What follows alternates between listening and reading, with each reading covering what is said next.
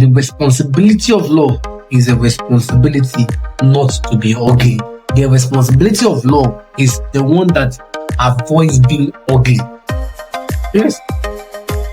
And you see, there are relationship ugliness everywhere. Everybody who has been in a relationship for 3 years can tell that if womanizing is not the problem, or anger is not the problem, or money issue is not the problem, then pride could certainly be a problem in either of both partners in that relationship. So all ugliness in relationships comes not by lack of physical beauty or attractiveness, but by bragging and inflating one's importance, which is a definition of pride. Ugliness is the arrogance or pride which develops in a human being who is supposed to be loving, lovable, and walking in love.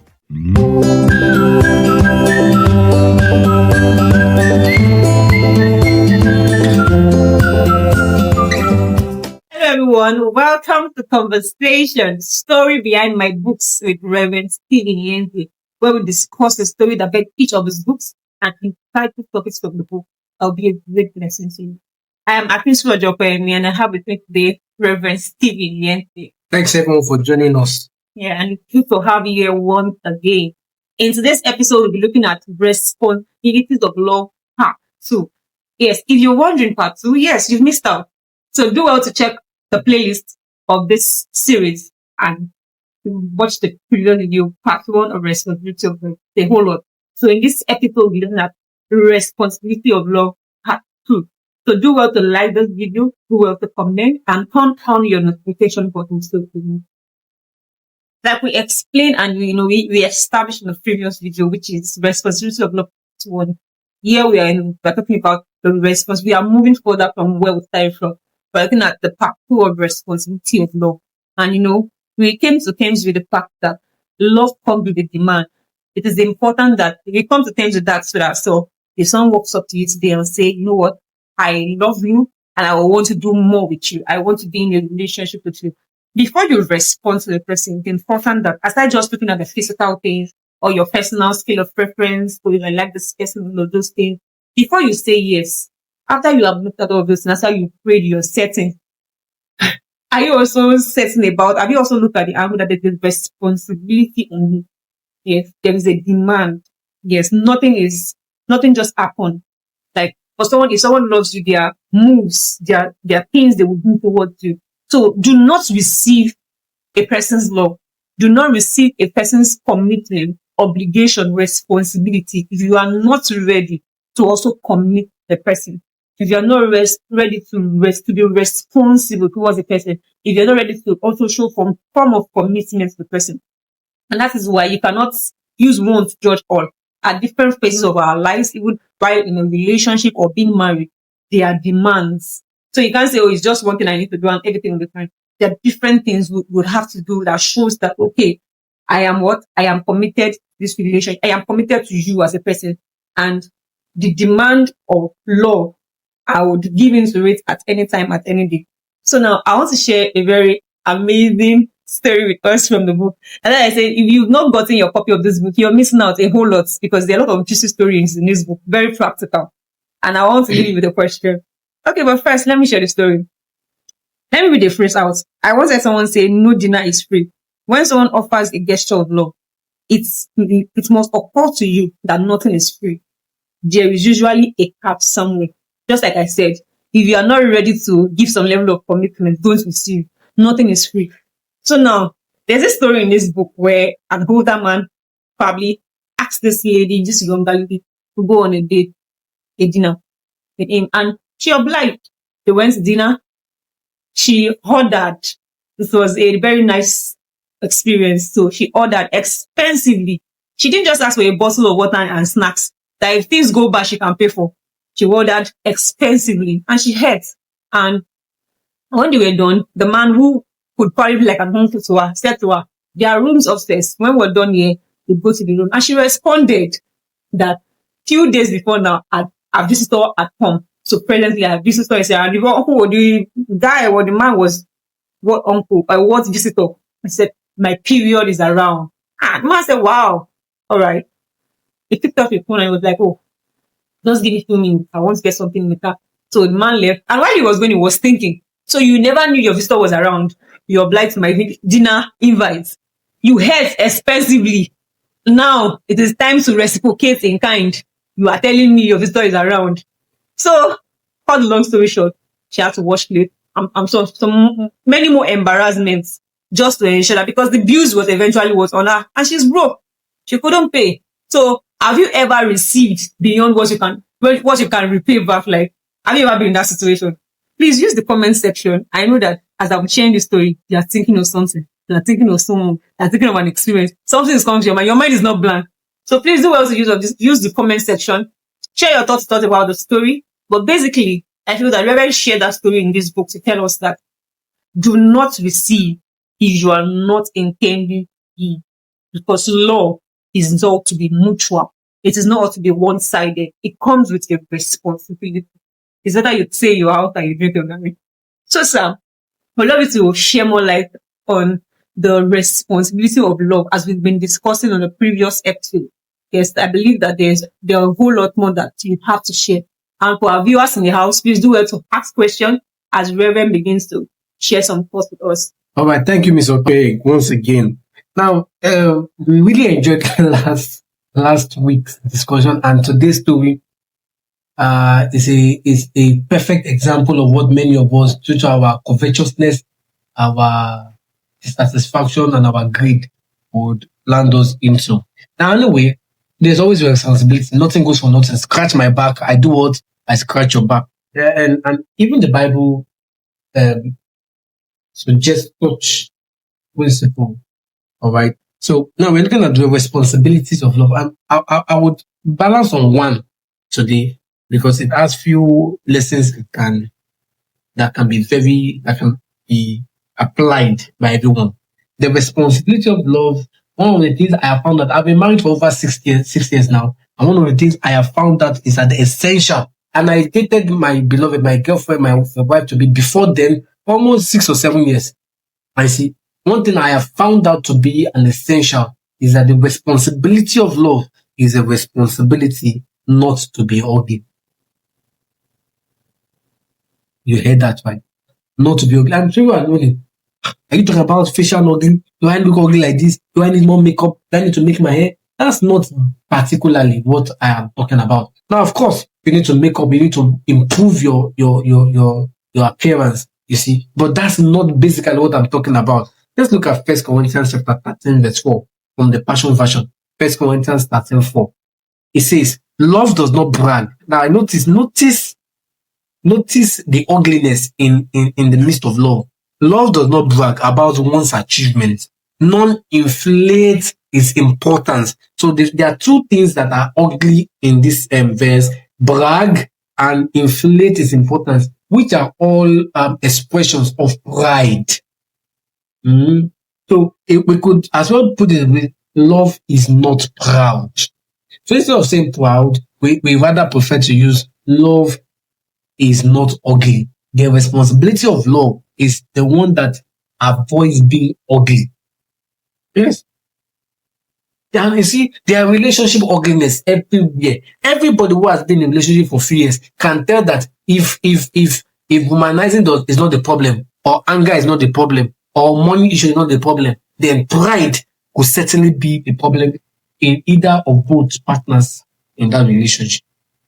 So all ugliness in relationships comes not by lack of physical beauty or attractiveness, but by bragging and inflating one's importance, which is a definition of pride.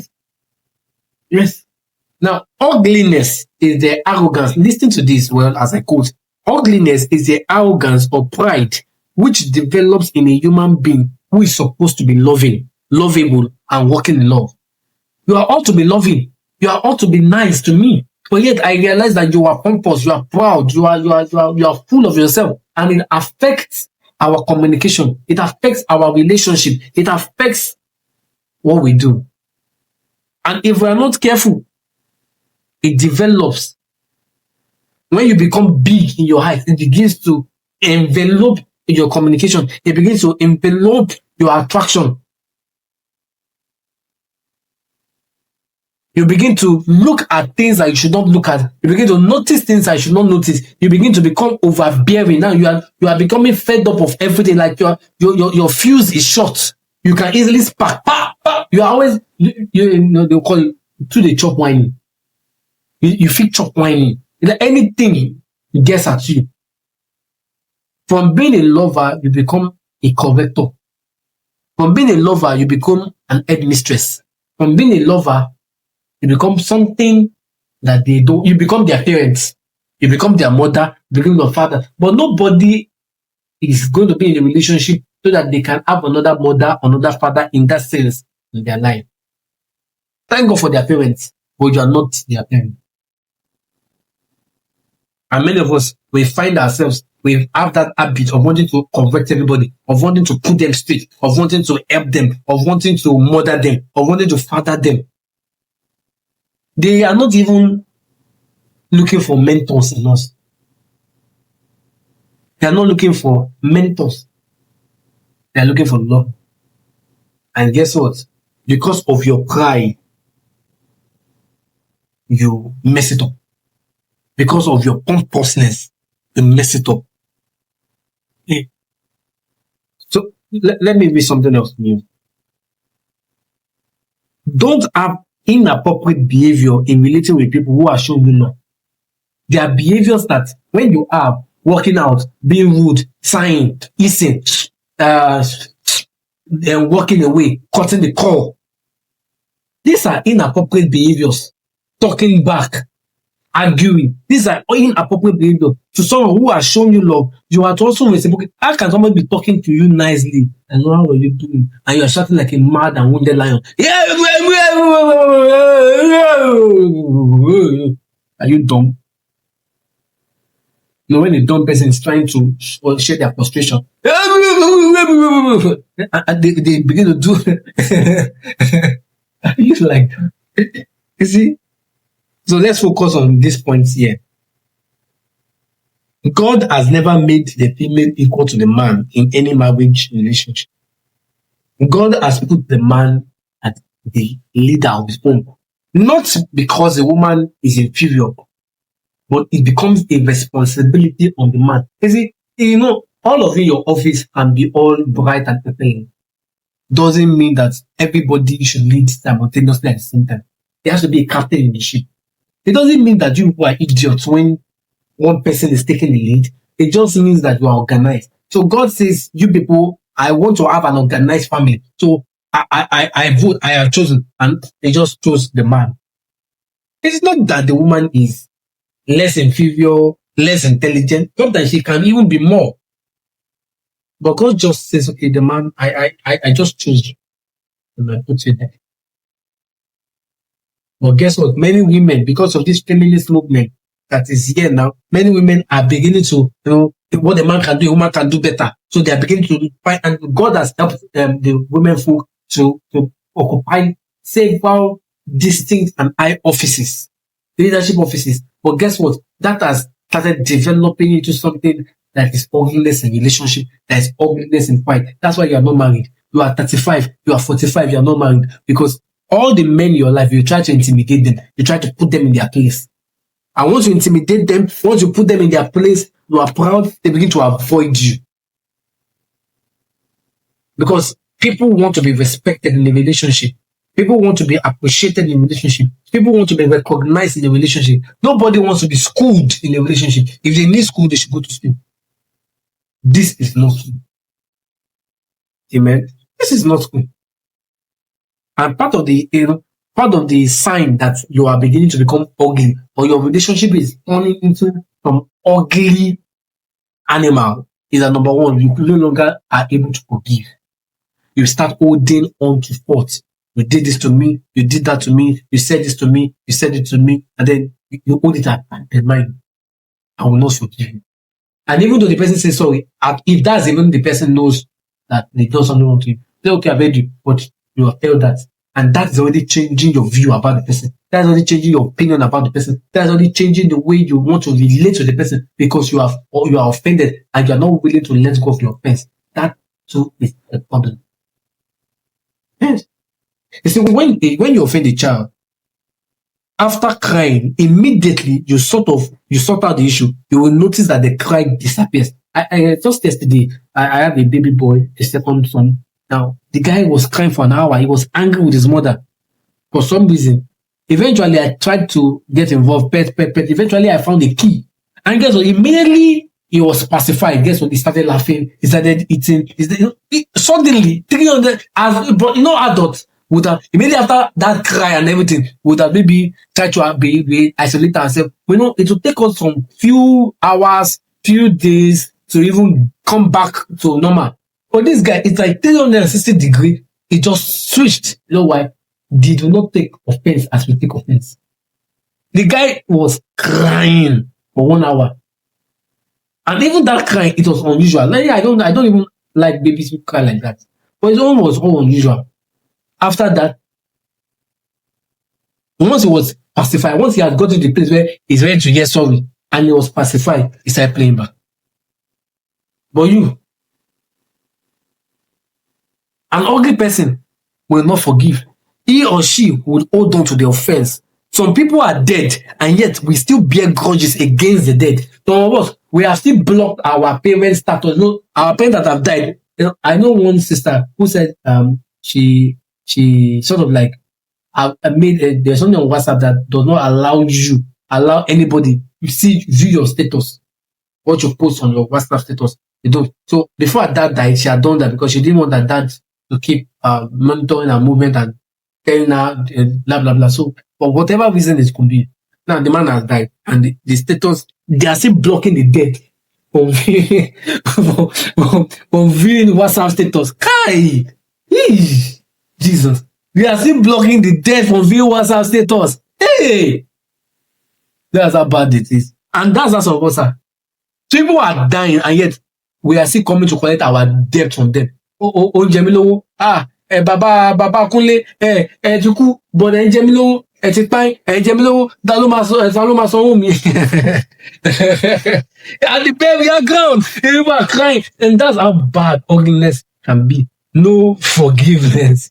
Number two, when you can't sit quietly to listen, sometimes we argue. We cannot just shut up. Somebody says, I have an issue and I've invited you. Okay, let's talk about it. And suddenly you hijack the discussion. You will not sit down to listen. You are so defensive. You want to interrupt. You want to defend. You want to explain. You want to shut the person. You want to subjugate the person. That kind of relationship, that barbaric kind of relationship can't go far. That barbaric kind of marriage cannot have their issues resolved. Pride is what makes you interfere, interrupt, shut it down, cut the conversation, abruptly close the conversation, walk away from the conversation, ignore the invitation to engage and to continue in the conversation. It is pride. And once pride gets in your relationship, gets in your marriage, it brings its defilement and eventually it ruins that relationship, it ruins that marriage. Imagine, I want you to make use of your imagination for a short while. Imagine if you prepared a nice fried rice, very nice and aromatic, everything, and you put chicken there, and we're all about to eat on this table. And say, please excuse me, I have a very brief announcement to make. And he says, so, my boy, my son, he pooped, so I dipped my finger, just one finger, and my nails cut just a thing. I dipped it there, and I mixed it with rice. Is it? No, although that rice is still smelling nice, it's still looking attractive and all. Immediately they tell you that what happens? Suddenly, that's fine. A little bit of pride, a little bit of ugliness can ruin your relationship that can be promising. Not all relationships are bad because you are not compatible. Not all relationships are bad because there's no love. Sometimes the relationship degenerate and become bad because of pride. Pride. Strive. One of the things that pride does is that you don't learn new things.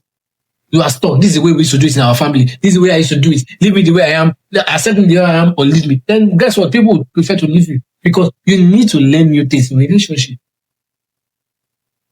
And unfortunately, many of us don't learn new. We are stuck on our old ways. They said, old tricks die hard.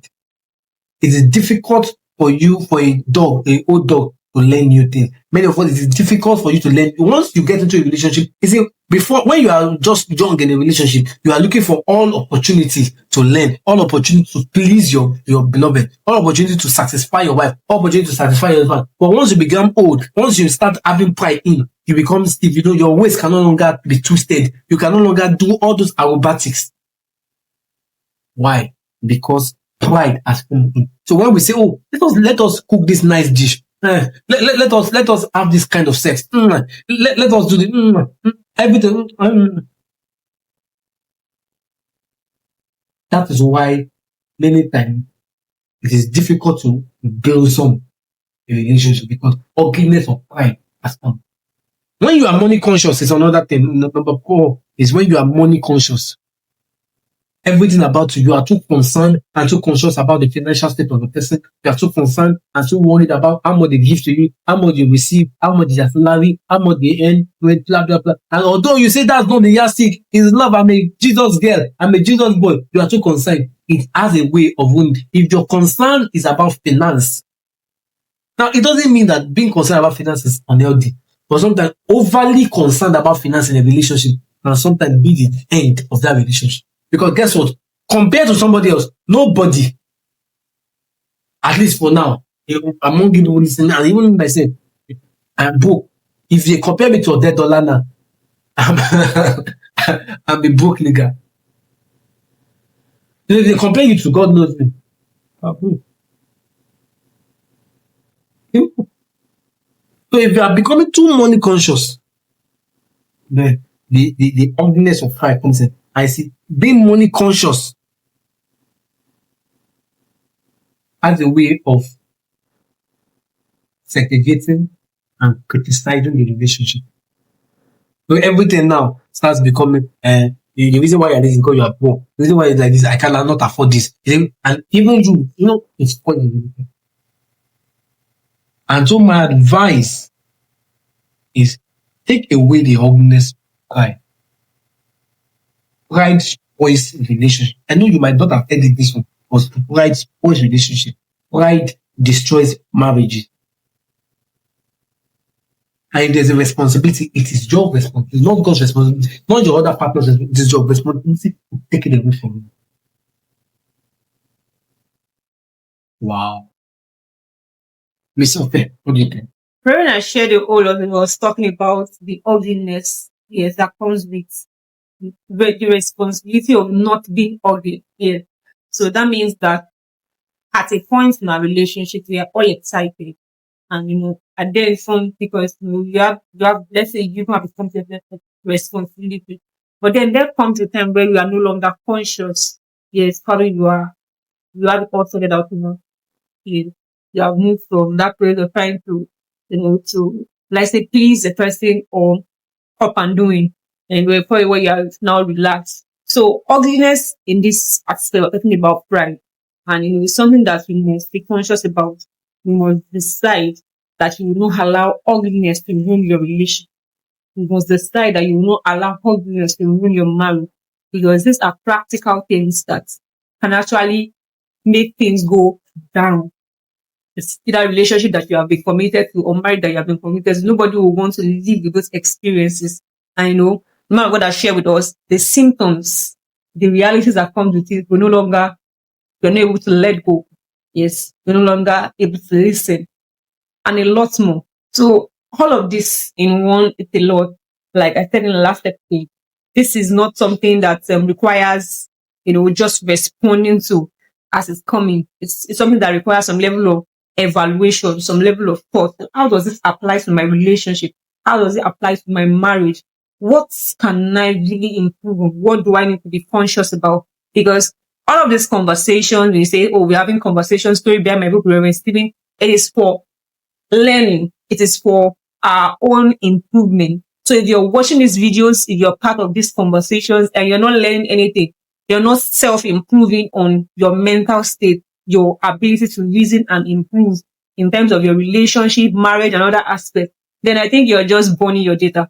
But if you're really serious about you intentionally watching these videos, then I think you should take these things to heart, evaluate yourself, and do better. Yes, this will glorify God in your relationship. It will glorify God in your marriage. So do well to ask questions if you have any.